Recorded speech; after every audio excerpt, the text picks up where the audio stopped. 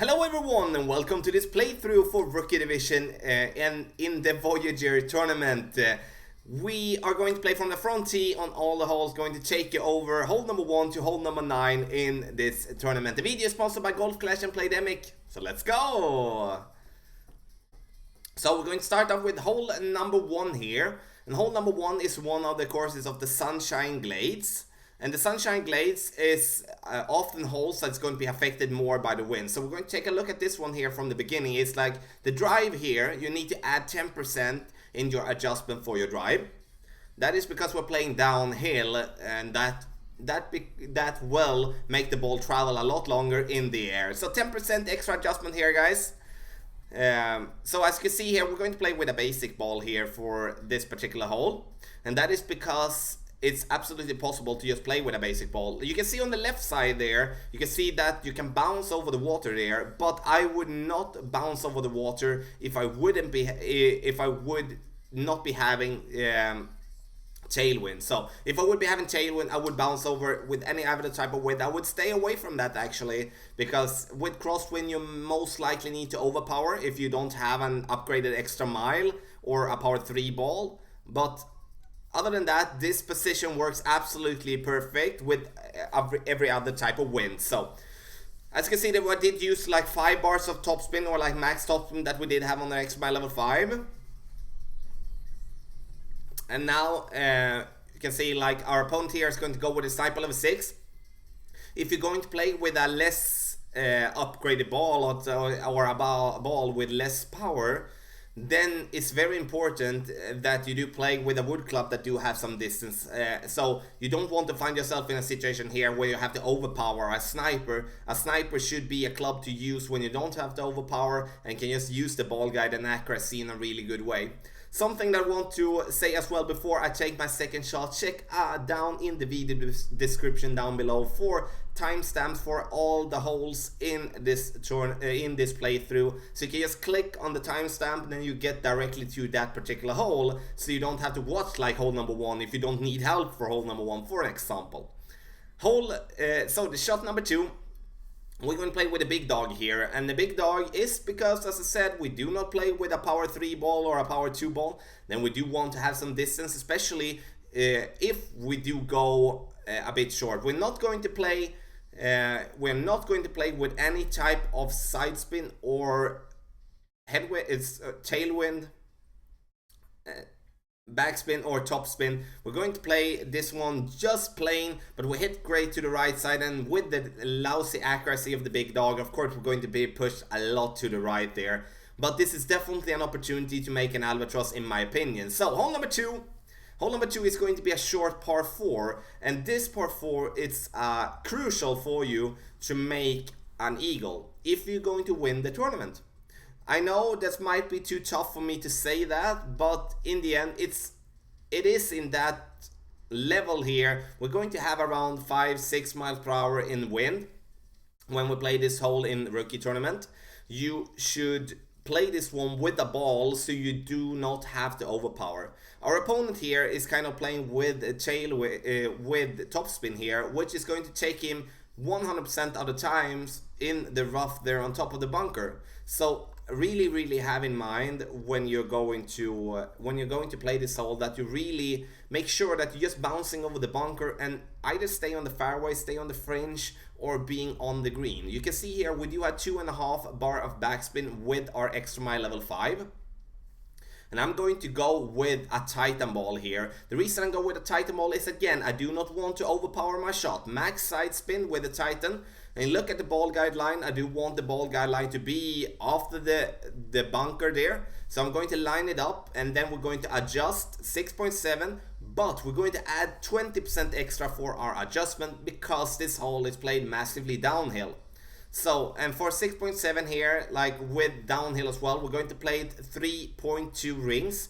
And then as you can see in the end, I did move up my ball guideline, my landing position just a tiny little bit when we drop down in the rough, to just make sure that we're bouncing over the bunker with no problem. As you can see there, we did get some help for the fringe, with the fringe to stay there on the green, but again, it gives us an easy eagle, and that is something that we're looking for. So this was hole number 2. So let's go to hole number 3.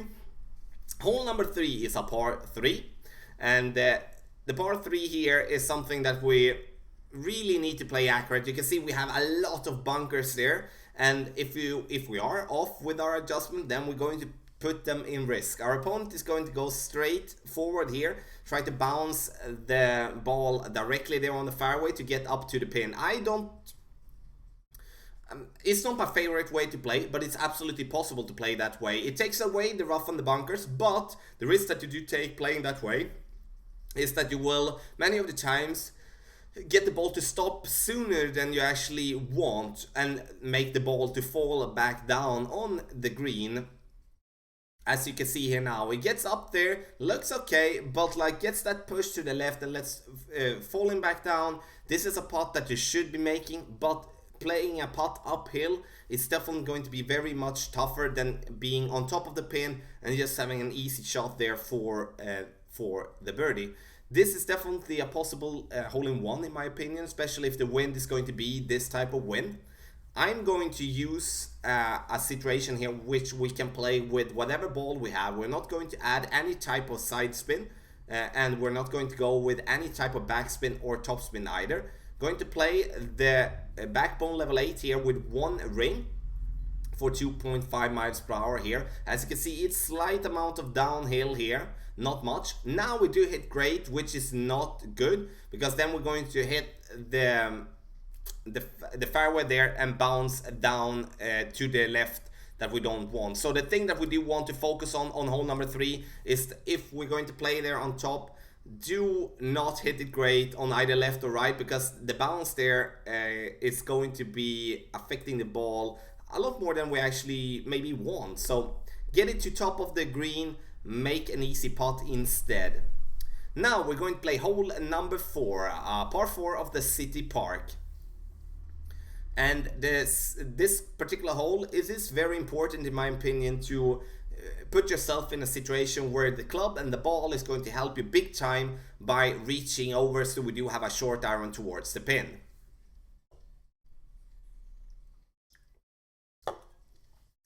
Our opponent is making an absolute excellent shot with the quarterback with a basic ball, but if we find ourselves in a spot in the tournament where we need to max overpower our drive here on a par 4, then we're choosing the wrong club and we're taking up too much of a risk. I would play with a navigator or a quasar in this particular hole, so we do at least get a power 1. If we do have some tailwind, we can play with whatever ball, then we can play with whatever ball we like. Slight amount of overpower, a little bit of curl to the right and some side spin. The thing that I do look for here is that we can play through the tree. It's not going to be a problem. I know it might not be the ultimate situation, but there is no problem shooting through the tree. The only thing that we will have to have in mind is that if we just hit the center of the tree, then that is going to be tough. Then it's going to be tough for us in that way. But now we are finding ourselves in a position where we're either going to play with the long iron in max distance or the short iron, long iron in minimum distance or the short iron in maximum distance. Now when we do have a power 1 ball, and this is absolutely a good opportunity there. I just want to add with the drive there, if we would be having like 5-6 miles per hour in headwind and might finding ourselves in a way where we are picking in wrong clubs or something like that, play up short.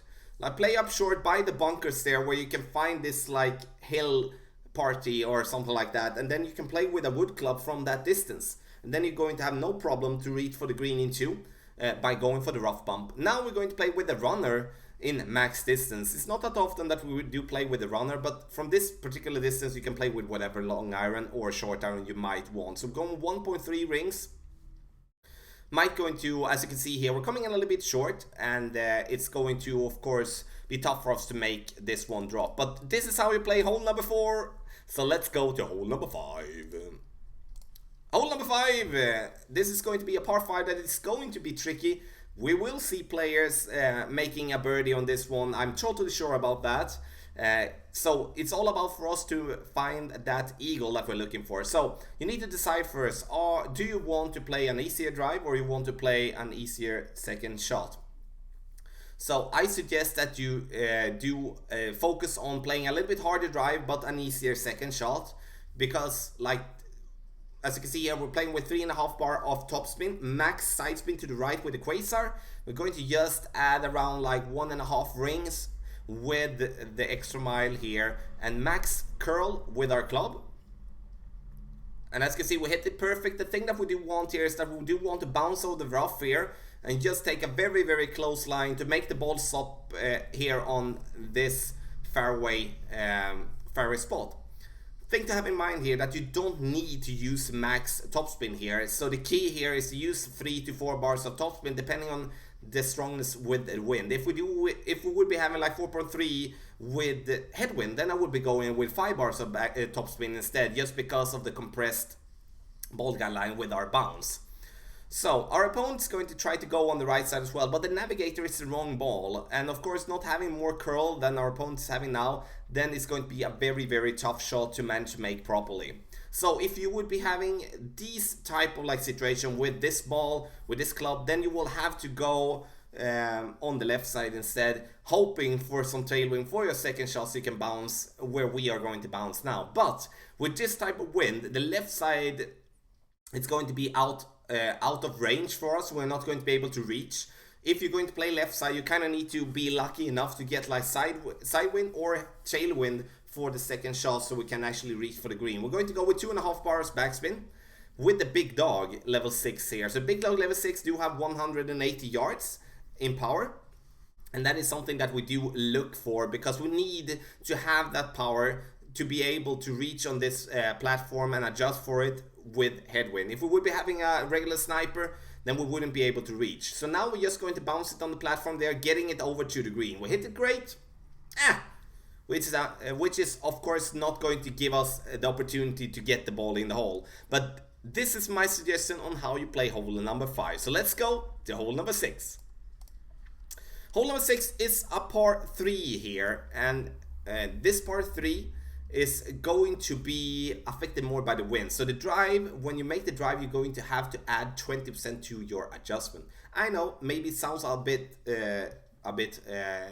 much, but it is 20% that we need to add with this one. So our opponent here is going to play with a sniper. We're going to play with a sniper as well. If you do have an upgraded sniper, let's say level 5, level 6, level 7, I would play with a sniper here. If you would, for an example, be having like a low level sniper, then I would be playing with a Viper as a suggestion instead. So now from front tee, you're going to play with a wood club no matter what type of wind you're going to have. So we are going to go with 4 bars of backspin and max side spin here, and going to actually follow the ball guideline. The trick here on this particular hole is that the ball is going to roll a lot when it comes to the green, so we kind of need to over adjust when it comes to the backspin there. 5 bars of backspin is the ultimate solution here with the sniper, and also with basically whatever wood club you're going to play with. But if you're going to have less backspin than that, it's definitely going to be possible to play this one in a good way anyway. The thing that we do want to stay away from is coming too hot. If we're coming too hot, we're going to get to the back of the green, and then we're going to have a putt that is going to be very, very tricky. As you can see, we're coming in a little bit too hot, but look at the roll here. Rolling down, no problem for us to make the birdie. But if we would be coming in even more hot, like let's say we would be playing without backspin and trying to just aim it to the pin, then we would be rolling too hot towards the pin and falling back of the green. Then we're going to have like a 15-20 yard putt, and that is going to be very, very, very tough because then we need to overpower. So this was hole number 6, a par 3 of the Sunshine Glades. Definitely a possible hole-in-one, but it's going to be a very tough one in the end to make an hole-in-one. So focus on getting that birdie so you're not finding yourself in either the bunker or getting long on the green, because then it's going to be very hard for you.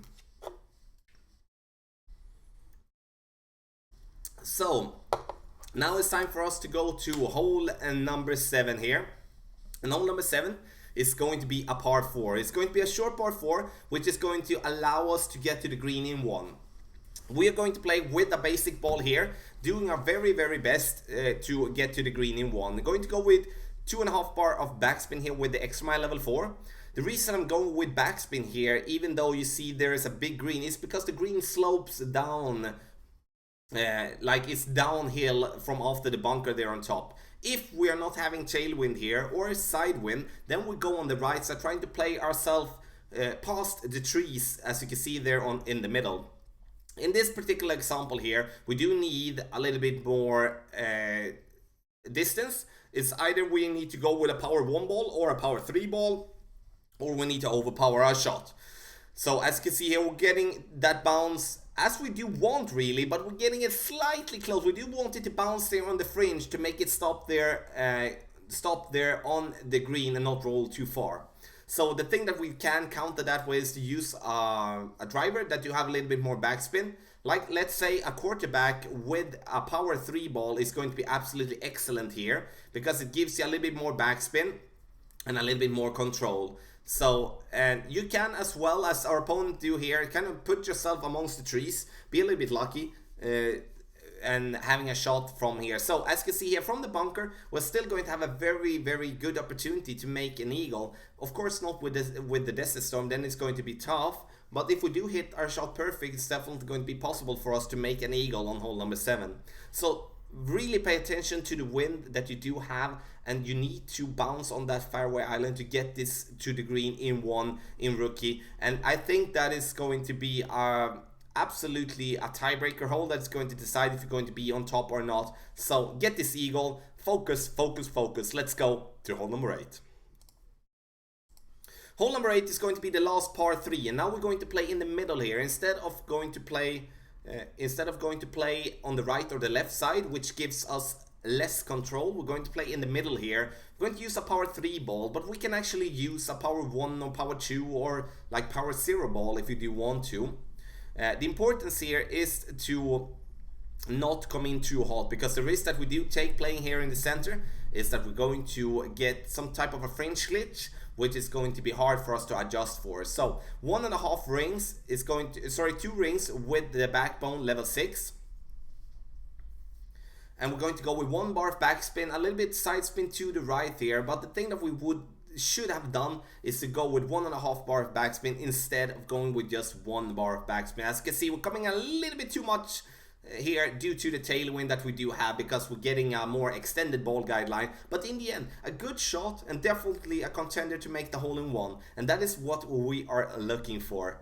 Our opponent here is going to try to go on the right side, and you know, it is possible to make a hole-in-one there, but absolutely way harder to play on the right side or the left side, because then you need to rely on the bounce to be in your favor, and it's very hard to control how the ball is going to bounce, especially when we do have like some tailwind, we do have headwind, or we do have crosswind for our attempt in the tournament. So our opponent here is going to go with the 2 bars of topspin, which is going to be too much. You shouldn't be going with any type of topspin here, in my opinion, especially not with tailwind as well, because the ball is going to go way long. As you can see here with the bounce, it's going to bounce, and as you can see, it's going to be very, very inconsistent.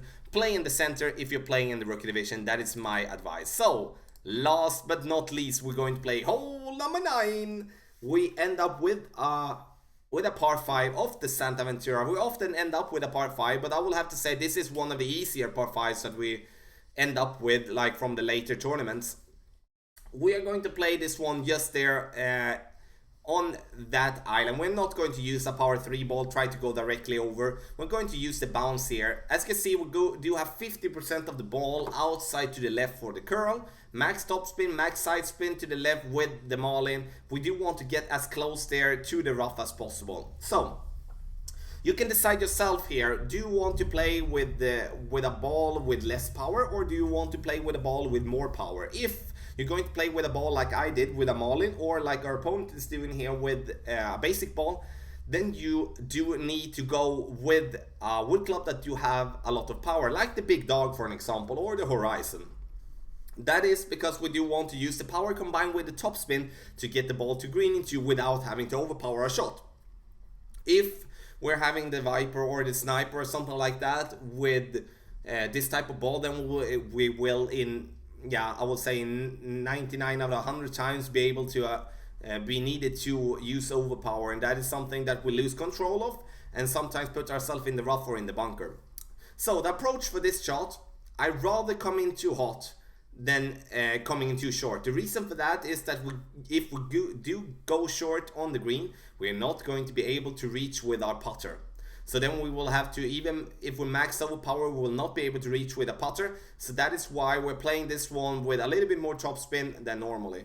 This is a very tough par 5 to make an albatross on. So just get this ball to green in an easy way possible. If you get it to drop, then you should be very, very pleased, because it's very hard to estimate on how the ball is going to bounce and roll when it is a bit bumpy and we're not having like 100, like 4.5 or 5.0 in ball guideline, as for an example the sniper has that you have 4.5. So our opponent here is having the hammerhead level 1. Even with max topspin, he do need to overpower. And again, this is something that we do need to stay away from. If we can stay away from overpower on a shot, we're going to have more control and going to have an easier time to make an eagle on this hole. Now our opponent makes an excellent shot with overpowering. Of course, not close to the pin to make an albatross, but in the end, it's going to definitely be an easy eagle for him. So this was the playthrough for Rookie Division in the Voyager Tournament. If you do have any questions, please make a comment in the comment section below. If you do want some extra help for training sessions, text guides, check out patreon.com/golfclashtommy. The video here is sponsored by Golf Clash and Playdemic, and good luck in the Voyager Tournament.